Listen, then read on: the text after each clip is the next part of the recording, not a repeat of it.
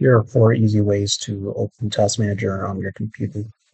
So the first thing you can do is hold Control, Shift, and Escape on your keyboard. And it will show up here. That's the first method. The second method is you can right-click the Start button here, and then Task Manager will show here. The third way, you can use Windows search. So all you can just do is press the Windows key and type Task Manager. It will show up here. And the fourth option you can do is press the Windows key and R, then type task mgr and press enter. So the quickest way to do this, all you can just do is Control Shift Escape, and that's the fastest method. Thank you for watching this quick tutorial. If you enjoyed it, please leave a like, subscribe, and comment if it worked for you.